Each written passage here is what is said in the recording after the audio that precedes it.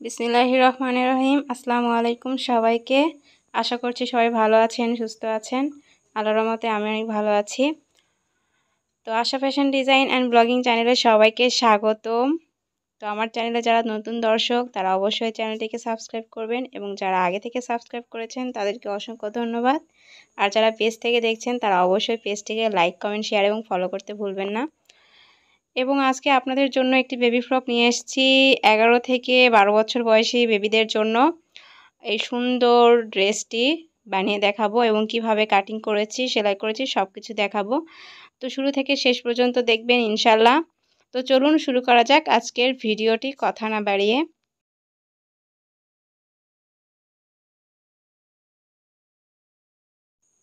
তো প্রথমেই আমি এখানে 2.5 গজ কাপড় নিয়ে নিয়েছি 2 হাত বহরের। তো এখানে 2 ভাঁজ করে নিয়েছি, নিচে 1 ইঞ্চি মাপ দিয়ে নিলাম। প্রথমেই 35 ইঞ্চিতে মার্ক করে নিচ্ছি, ঝুল 35 ইঞ্চি। এবং হচ্ছে এখানে পুটের এই জায়গাটায় আমি দাগ দিয়ে দিচ্ছি 1/2 ইঞ্চির মতো, এবং পুট নিচ্ছি 12 2 ভাগ হচ্ছে 6। তো 6 ইঞ্চি নিয়েছি, এদিকেও 6 ইঞ্চি নিয়ে আমি মার্ক করে দিচ্ছি। এটা বডি লাইন বের হয়ে গেল। তো 11.5 ইঞ্চিতে আমি কোমরের লাইনটা নিলাম, তারপরে বডির মাপ দিচ্ছি, তারপর হচ্ছে কোমরের মাপ দিচ্ছি। আমি সব মাপ দিয়ে দিয়েছি। তো কাটিং লাইন করে নিয়ে তারপরে আমি ঘেরটা এরকম করে মাপ দিয়ে নিলাম, তারপরে কাটিং করে দিচ্ছি। তো এটা কিন্তু পিছনের পার্ট তৈরি করে নিলাম। তো ঘেরটা এভাবে রাউন্ড করার জন্য এরকম করে কাটিং করে নিলাম, তারপর রাউন্ড শেপ দিয়ে দিচ্ছি। তো প্রথমে আমি কিন্তু পেছনের পার্ট কাটিং করে নিচ্ছি, তারপরে সামনের পার্ট কাটবো, কারণ সামনের পার্টে হচ্ছে ফাড়া হবে। ফাড়ার জন্য আমরা পেছনে পার্টটা আগে কাটছি, তারপরে সামনের পার্ট কাটবো। তো আমি কাঁধে কেটে নিচ্ছি, তারপরে গলা কেটে নিচ্ছি পেছনের। সামনে আমি 1.5 ইঞ্চির মতো জায়গা রেখে, এটা কিন্তু খোলা অংশ, আমি যেদিকে কাপড় রাখছি সেটা হচ্ছে খোলা অংশ, 1.5 ইঞ্চির মতো রেখে তো মার্ক করেছি। তার বিপরীত পাশ থেকে কিন্তু আমি কাপড়টি সুন্দর করে রেখে, পেছন পাটটি রেখে কিন্তু কাপড়টি কেটে নিচ্ছি। তো সেমভাবে কাপড়টি কেটে নিচ্ছি, যেখানে যেরকম করেছি সেরকম করেই কেটে নিচ্ছি। তো কেটে নেওয়া শেষ। এখন আমি এই যে সামনের যে কাপড়টি রেখেছিলাম 1.5 ইঞ্চির মতো, ওটা ভাঁজ দিয়ে নিলাম সুন্দর করে। তারপরে তালপাট কাটার জন্য সুন্দর করে শেপ দিয়ে নিলাম, ভেতরে মাপ দিয়ে নিয়ে আরেকটা শেপ দিয়ে নিচ্ছি। তারপরে 1 ইঞ্চির মতো রেখে রাউন্ড শেপ দিয়ে দিচ্ছি। তো সুন্দর করে রাউন্ড শেপ দিয়ে দিলাম। এখন গলা কাটবো, পুট গলা, এবং হচ্ছে নিচের দিকে 3 ইঞ্চি রাখবো, রেখে সামনের গলাটা কেটে নেব।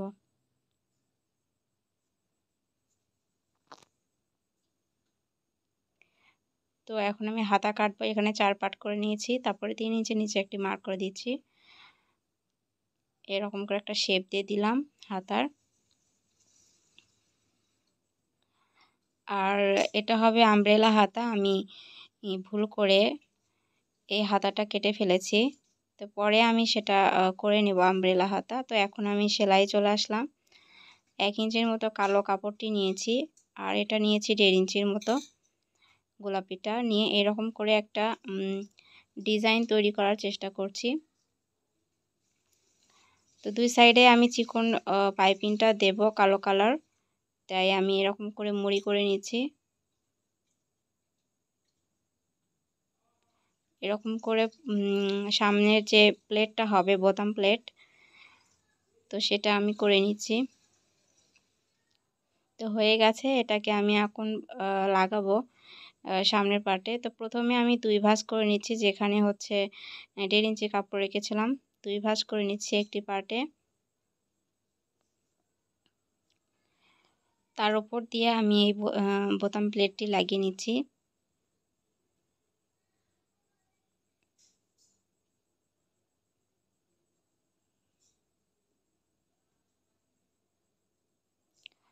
তো লাগিয়ে নেওয়া শেষ। আমি আরও একটি যে সাইড আছে সেটা আমি এখন মুড়িতে নিচ্ছি। এটা একটি মুড়ন দেব, দিয়ে সেলাই করে নেব।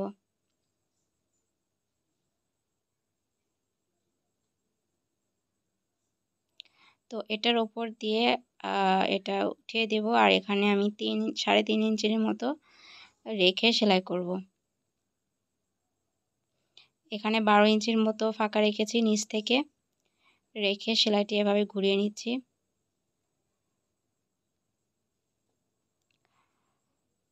তারপর আমি পুট জোড়া করে নিচ্ছি। পুট জয়েন করে নেওয়ার পর আমরা গলাটা মাপ দিয়ে নেব। তো গলাটা মেপে দেখছি গলাটা 12 ইঞ্চি। তো এখানে আমি বক্রম নিয়ে নিয়েছি 2.5 ইঞ্চির মতো, আর হাফ করে নিলাম 2 ভাঁজ করে নিয়ে, আর এখান থেকে এভাবে শেপ দিয়ে নিচ্ছি।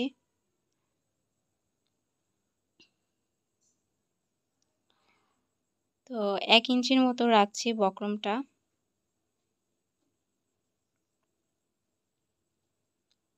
কেটে দিচ্ছি এবং মাথা একটু রাউন্ড শেপ করে দিচ্ছি। তো হয়ে গেল আমার বক্রম কাটা। এটাকে আমি এখন কাপড়ের সঙ্গে জয়েন করে নিচ্ছি।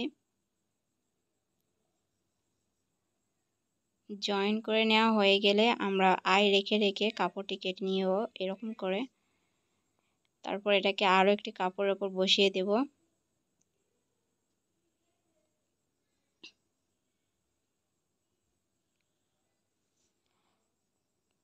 বসিয়ে দিয়ে তারপরে সিধা করে নেব।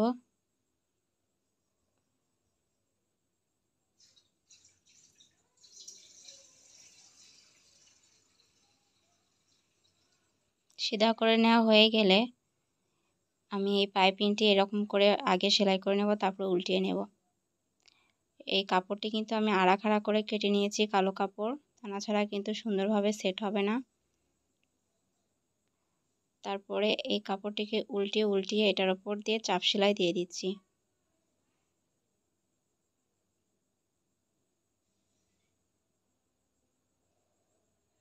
তো চাপ সেলাই দেওয়া হয়ে গেছে। বক্রমের মাঝ বরাবর আমি চিহ্ন করে নিয়েছি এবং গলার মাঝ বরাবর চিহ্ন করে নিয়েছি। নিয়ে এভাবে সেলাই করছি সিধা সিধা ভেতরে রেখে, এরকম করে সেলাই করে নেব পুরো গলা।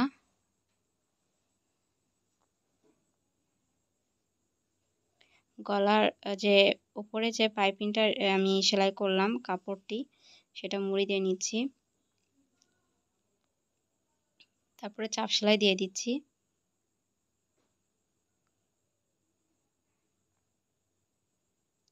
তো গলা কিন্তু রেডি হয়ে গেছে। তারপর আমি সাইডটা সেলাই করে নেব।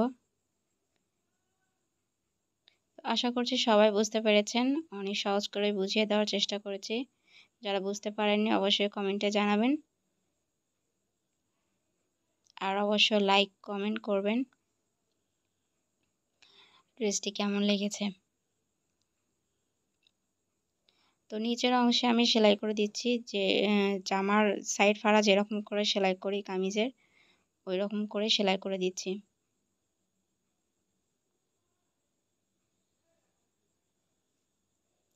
এর উপর একটা চাপ সেলাই দিয়ে দিচ্ছি।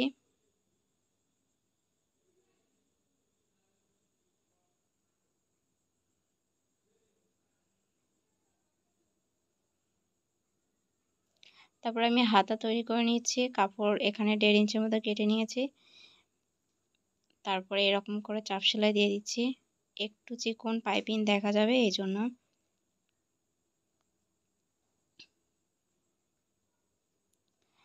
তারপরে উল্টো দিক থেকে কালো কাপড়টি এরকম করে মুড়ি দিচ্ছি।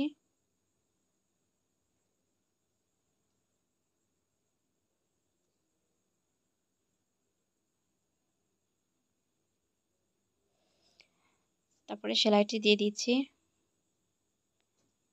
তো আমি হাতাটা মাপ দিয়ে সেলাই করে নিয়েছি, তারপরে সিধা করে নিয়েছি। এখন শুধু জামার সঙ্গে জয়েন করে দিচ্ছি। তো এই পর্যন্ত সবাই ভালো থাকবেন, সুস্থ থাকবেন, আমার জন্য দোয়া করবেন। আল্লাহ হাফেজ।